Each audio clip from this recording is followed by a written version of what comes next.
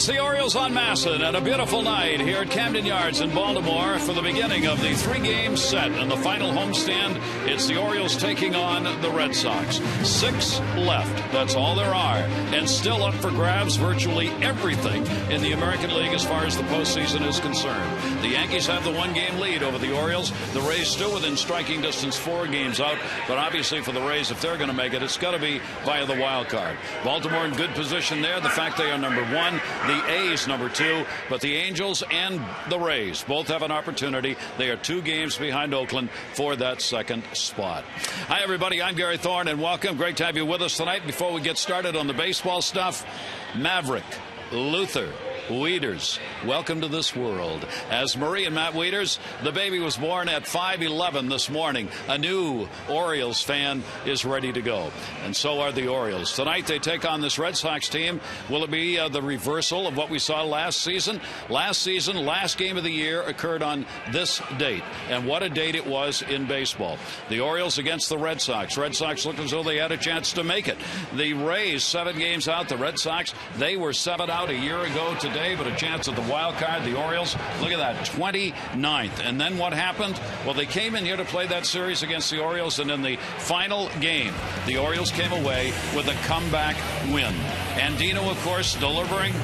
The game-winning run would score. The Oriole fans would go wild. Tampa Bay would follow it up with a home run win off the bat of Longoria. The Red Sox were gone from the postseason. Believe it or not, that was 1 year ago today that all of that happened. Jim, one of the great days of Major League Baseball. Well, yeah, I mean, everything synced up to seem within about 3 minutes. Orioles won extra innings. Theo Epstein is now in Chicago. Terry Francona is doing ESPN.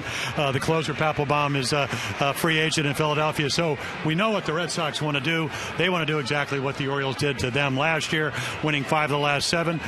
They're not at full strength, but they played them very tough last weekend. And tonight, of course, I'll take my chances with Tillman pitching. Yeah, absolutely. And for the Orioles, take your chances with the September they have put up.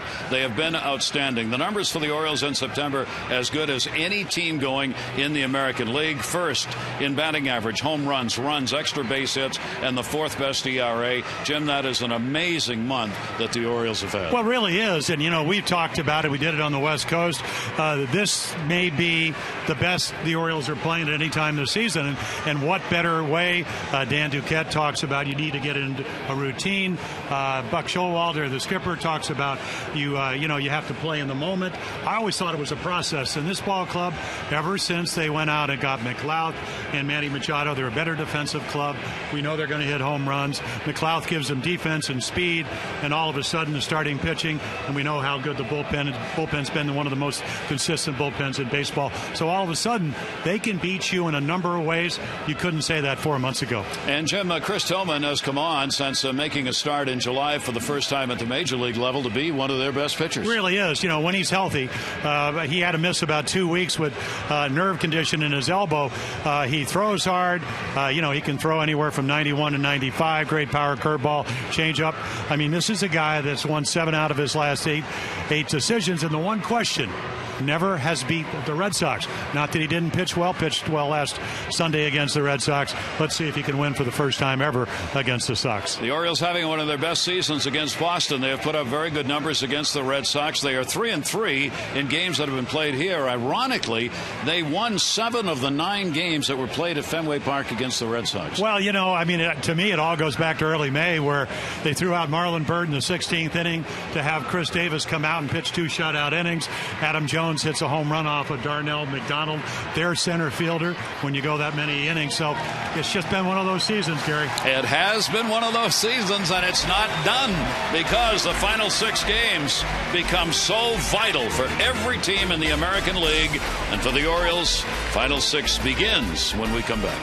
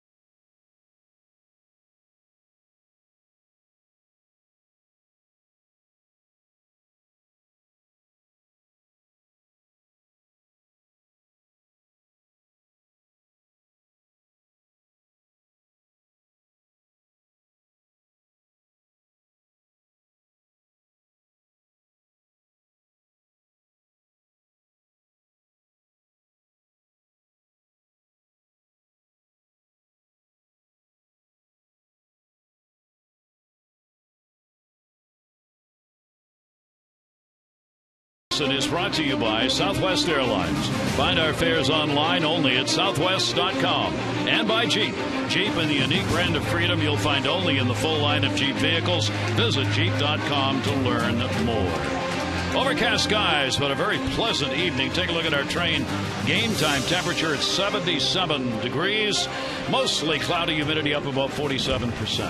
Visit train.com for an independent train comfort specialist dealer near you. It's hard to stop a train. None this evening. Kids went out for the national anthem. How about this cutie with her glove behind home plate, Taylor Teagarden? She stood right there between the umpires and the Orioles starting catcher, and she wants to stay. Do you need this to play? Do you need this ball? Let's take a look at the starting lineup for the Red Sox, brought to you by Dodge. Pasednik, Siriaco, Pedroia, Ross, Loney, Salta, Lamarquia, Lavarn Way. Daniel Nava gets the start in left field, and Iglesias, their rookie, will make the start at short. There you see the numbers that Nava has had against the Orioles this season. See your authorized Dodge dealer and experience a world of performance, design, and fuel efficiency. Schedule a test drive or go to Dodge.com. Check out their powerful lineup.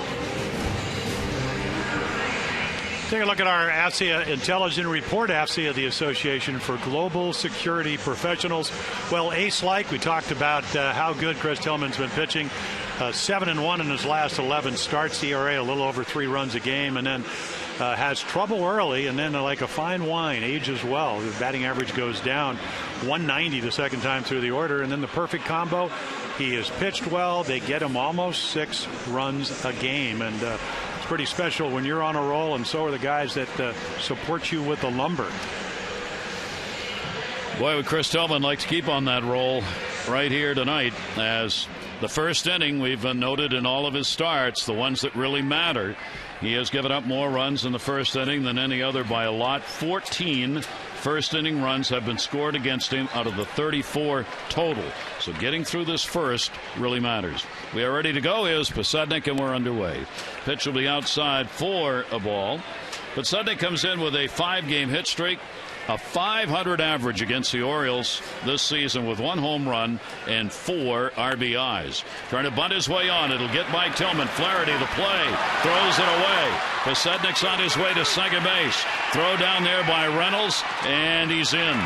It'll be a single and an error on Flaherty on the throw. And the Red Sox get it started with a runner at second base. Yeah, this is a play of anticipation. So, again, a speedster. You talked about all those hits. Most of them line drives. This time bunts it by Tillman. That's a great offensive play. And then you have a guy that's not playing a lot of second base, but hitting well. And then the snap throw. I mean, you can see what speed does to the defense. Everybody hurrying because of Scott Pasednik's speed. And the Orioles, 103rd error they have committed this season. Of course, they've had much better defensive play since the All-Star break. Let's see if this one's going to cost them. So Tillman will work with a runner at second. Manny Machado will come in on the cut of the grass at third. Pedro Siriaco, their third baseman, another speedster, will take the pitch on the outside corner for a strike. Well, you know how they ought to be playing it, and that is get him in or get him over. And we got Pedroia, who's red hot in the month of September, just waiting on deck, itching to drive in a run, make it easy for him. Hits the ball to the right side. Siriaco's got 4 sacrifices on the year, and he can fly. He's also been one of their better hitters, putting up some good numbers, 13 doubles, couple of home runs, 19 RBIs, making his 33rd start of the season at third base. One of the players they're taking a look at for the future. There is the bunt. Only play is going to be at first. Tillman will field it and get it over there for the out. It's a sacrifice, though, moving Pasednik over to third base. Take a look at Chris Tillman and how his season has gone as again, he came up in July out of AAA Norfolk. So the base on balls have gone down. Strikeouts have gone up a little bit. A lot of that has to do with the fact that the windup's a lot better, much more confident. And then again, they've been able to support him run-wise very well, almost 6 runs a game. Now Pedroia gets the RBI chance. The Orioles will play back. Pedroia batting third, trying to hold up on that, did not. Home plate umpire making the call. Gonzalez has the plate tonight for this umpiring crew. Manny Gonzalez, Greg Gibson, Phil Cousy and Jerry Davis, the umpiring crew. And you play back, Machado about a step back, so I guess ball hits sharply to him. He may come home if Posednik goes. But Pedroia tough to strike out. That's going to get a run in. Jones got it. Here's the tag. Here's the throw up the line. And there's a manufactured run. And the Red Sox are on the board as Pedroia picks up his 8th RBI against the Orioles this year. Yeah, again, this is textbook. Bobby Valentine, 4th most difficult guy to strike out in Dustin Pedroia, just about year in and year out. So you get him the 3rd, and the little guy gets him in. 1-0. Pedroia picking up the RBI, is 64th of the year on the sacrifice fly. Pedroia has 5 sac flies now in the year. That'll clear the bases, 2 down. And here's Ross, 3-game hit streak. Cody Ross, he will foul that one back. Ross a 2 for 5 off Tillman. Only time he has faced him. Tillman, as Jim said, looking for that first win. 4 starts prior to this one against Boston. 0-1, a 4.24 earned run average against the Red Sox. The 0-1 delivery will be sliced right back as the first one was. Yeah, back-to-back starts. He pitched to no decision as the Orioles lost 2-1 up in Fenway last Sunday. DeBrant, who's going to pitch tomorrow, had one of those terrific games. Tillman's got his lowest ground ball percentage of outs in his career this year. Only 44% of the outs he's recorded have been ground ball outs. So a lot of fly balls coming off Tillman, but that has not affected the ERA or the numbers. And then when he throws home run, Gary, as you know, they're usually solos. It's a good habit to get into. You like that, especially when you're getting a lot of runs to work with. 1 ball, 2 strike count on Ross. And to short, Hardy will get the big hop. Waits and gets it there in time. So 1 run in on 1 hit. An error, probably be an unearned run, and nobody left on base. O's coming up.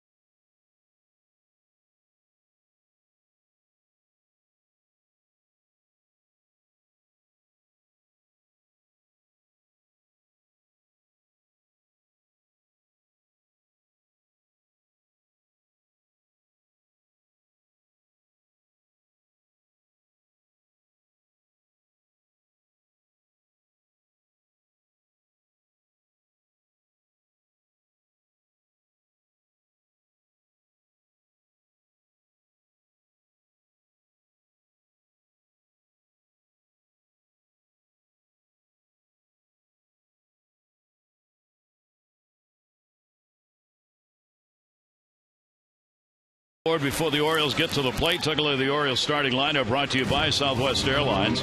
McLeod, Hardy, Davis, Jones, Thome, Reynolds, Machado, Flaherty, and Teagarden.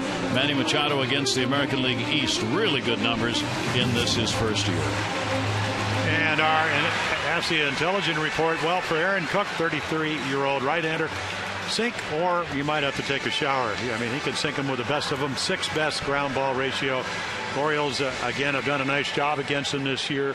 13 1/3 innings, 20 hits, 17 runs, 13 of them earned, and then he's had all kinds of health issues. Healthy this year, even though the record might not tell you that. Up the middle, and that's going to be a base hit. And Nate McLeod, who loves going after that first pitch he sees, one of the reasons he's got 9 career leadoff homers, goes after that one, and the Orioles get 1 pitch, 1 hit. And also the 31st base hit in the month of September. So Cook immediately is going to have to go to the stretch where he has lots of problems. A lot of hits off Cook. Very high batting average against him. With runners on base, opponents are hitting .315 this year, which tells you out of the stretch he's got a problem getting the hitters out, but he certainly doesn't have any problem holding base runners. What, 2 attempts all year? Yeah. And one of the best career numbers of opponents not being able to steal against him among active pitchers. He's got a number of moves to first base, very, very quick, and a slide step he delivers to the plate. But we'll see. McLouth, of course, has some base stealing power as J.J. Hardy stands in. McLouth has picked up 10 out of 11 this year stealing bases. Yeah, I think Buck Showalter is still remembering the last 4 innings when they hit 6 of their 7 home runs. Hardy will take it inside for a ball. Hardy comes in with a 4-game hit streak. So again, with one swing of the bat, you can regain the lead and maybe take the lead with a 2-run shot. So again, I don't think you're going to run this early in the ball game, not with the power in this lineup. Hardy's got a 1 for 7 lifetime off Cook. Runner goes down to short, only plays at first, scooped up. Iglesias makes the throw, and McLouth takes second base, one away. Yeah, we talked about again the 6 best ground ball to fly balls. This is how he does it. Mostly sinkers, almost 80%. Occasional slider. You can see the averages. But again, he doesn't throw a lot of home runs, 13 home runs on the season, and then very rarely, and you can see the averages, well, he'll mix in a curveball. But it's basically, if you're an Oriole hitter, you want him to bring the ball up, and he wants to throw strike one and throw the ball on the ground, especially after Wednesday when they hit 7 home runs. Here is Chris Davis, part of the onslaught. Davis with a 6-game hit streak goes after that first pitch. And you may see a lot of that tonight with all the first pitch strikes thrown by Cook.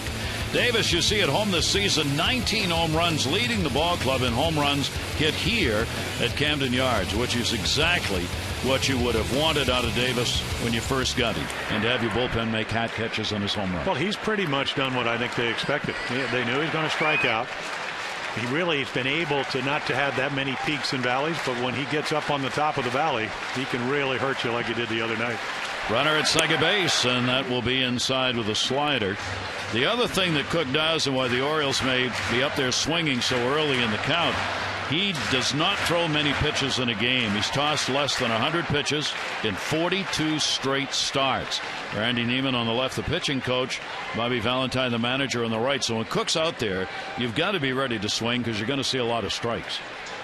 Davis waiting, the 1-1 delivery to him in the air to right field. At his way back. Here we go again. Goodbye, home run. And the Orioles have a 2-1 lead.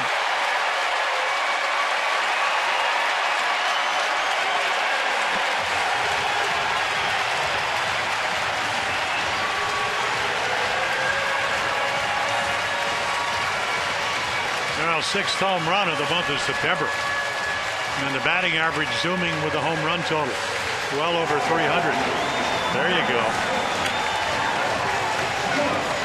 Already have one Oriole who will be stepping to the plate with 30-plus home runs. Chris Davis picks up his second home run against the Red Sox this year. And 29 on the year, and just like that, the Orioles are back on top. RBI 78 and 79 as McLouth comes in ahead of him. Here's Adam Jones down low for a ball. Well, this is a great park to hit, but watch this curveball. It just hovers. Kind of like the do not disturb sign, except he disturbs it in a hurry. And a chopper to second base. Pedroia was moved over and will make the play. Take a look at the Sox defense, and again, a lot of guys playing out of position because of injuries. Nava, Posednik, Ross, Sariaco, Iglesias, who's terrific shortstop, Gold Glove winner at second. James Loney comes over from the Dodgers, and then Ryan Lavarnway behind the plate. Yeah, they changed the I'm looking catcher. At my scorecard. He was supposed to be DH'd. Yep. They put Salta Lamacchia into the DH, and Lavarnway catching was not the way the lineup was posted earlier this afternoon. Chris Davis with a homer. Jim Thome at the plate. Thome will take it outside. Thome, of course, with the 1 for 7 in the homestand as He delivered a homer as part of the barrage of 7. 2-0 count. Not many off Cook. Davis didn't wait to start that. And that pitch is taken for a strike. Yeah, the amazing thing about the Wednesday game is that Carlos Villanueva was actually, he was pitching well until that 5th inning. And it all of a sudden, it was like a mudslide of home runs. 3 home runs in the 5th. One of the great lines out of that came from with Jim Stories, rather. Jim Thome, the oldest Oriole to hit a home run ever. That is down to third. There is no one within 100 miles. The opposite field base hit for Thome. The big shift was put on the other way, so he had the whole shortstop third base side to go through. You take a look at what the Orioles have done, especially home run wise against the Red Sox. Overall 10-5, 7-2 at Fenway where they hit 9. Here at Camden Yards, 3-3 against Boston. The .237 batting average, and they've had 10 home runs now that they've hit here. 19 homers against the Red Sox team this season. In this, the 16th game these teams have played. Yeah, it's kind of, according to Hoyle, 10 home runs in 6 games in this ballpark. So what happens is you put the shift on, you play percentage baseball, and then you have a guy that 23 home runs on the season, but 9 in the month of September. And Mark Reynolds got back on the board after hitting most of those home runs in the first week of the month of September. 1-0 count, runner at first, Thome, and the pitch will be taken inside by Reynolds. Reynolds has a couple of home runs off Cook. He's gone 6 for 25 in his career, and 2 of the 6 hits have been via the long ball. And just for notation purposes, the Red Sox have had only 8 home runs against the Orioles. So the Orioles have out-homered Boston 19-8 this year. And the pitch will be taken outside. And Reynolds, so you got a home run guy at the plate. You got a home run guy sitting on the bench now, 3 in the last 2 games. You have a guy waiting on deck that hit 2 home runs on Wednesday. And it'll be interesting to see if he swings away here. I would think he would. 3-0 delivery on the way and didn't have to worry about it. So Cook surrenders the walk, and the inning keeps going here. First and second for Manny Machado. So the Orioles have put 2 runs in, 3 hits, 2 singles, a homer, and now a walk. And LaVarnway out to have a word with Aaron Cook. One of the things that's been true for all of baseball history, and don't know why, the physics of it, but when you have a ground ball pitcher against a fly ball hitting team, the advantage goes to the hitters. And that's been historically true for some reason. I mean, there's been research done over a 100-year period on that. And that's the way it's worked out over the long term of baseball. Manny Machado, I've often thought it may be just the fact that you got fly ball hitters tend to uppercut the ball. Ground ball pitchers tend to keep it down. So you got fly ball hitters coming underneath pitches and driving them up. Our AT&T Mobility Trivia fact, Jim told me Manny Machado, 4 teammates, MLB history. Homer in the same game when one was at least 40 and the other was 20 or younger. That's what they did in that last game. Thome 42, Machado 20. They joined this other group, Sauer, Cepeda, Mays, and Spire, Griffey Jr. and Griffey Sr. The others of that ilk, 40 or over, 20 or younger, to have home runs in the same ball game. Not many in the great history of baseball. That is down low, and Cook will fall behind the count on Manny Machado, 2-1. Yeah, I mean, again, Aaron Cook, he was a terrific pitcher, all kinds of injuries, but Colorado, perfect guy for out there. He's done his homework. He knows the type of hitter that Manny Machado is, and it's not only about the home runs, it's that Manny uses the whole field. Not too many young hitters do that. That's been the impressive thing about him, along with a glove. 2-1 delivery to him, and that's going to miss outside. And Cook falls behind 3-1 in Manny Machado. Yeah, Manny Gonzalez, the home plate umpire, and if you're Aaron Cook, you want that outside corner. Didn't get it. Nice little RBI numbers too. Great number with runners in scoring position for anybody, much less a 20-year-old. That's going to go to the hole. That's going to be a base hit. Making the turn, told me they're going to hold him up. Yeah. And Not much question about that. Jim with not the legs of the 20-year-old. And he got to third and came around, and DeMarlo Hale down the line had his hands up. So that'll load him up. He runs like his age. There, a little sinker. And again, you're looking something middle of the plate and right here. And they really were not holding him on. It's just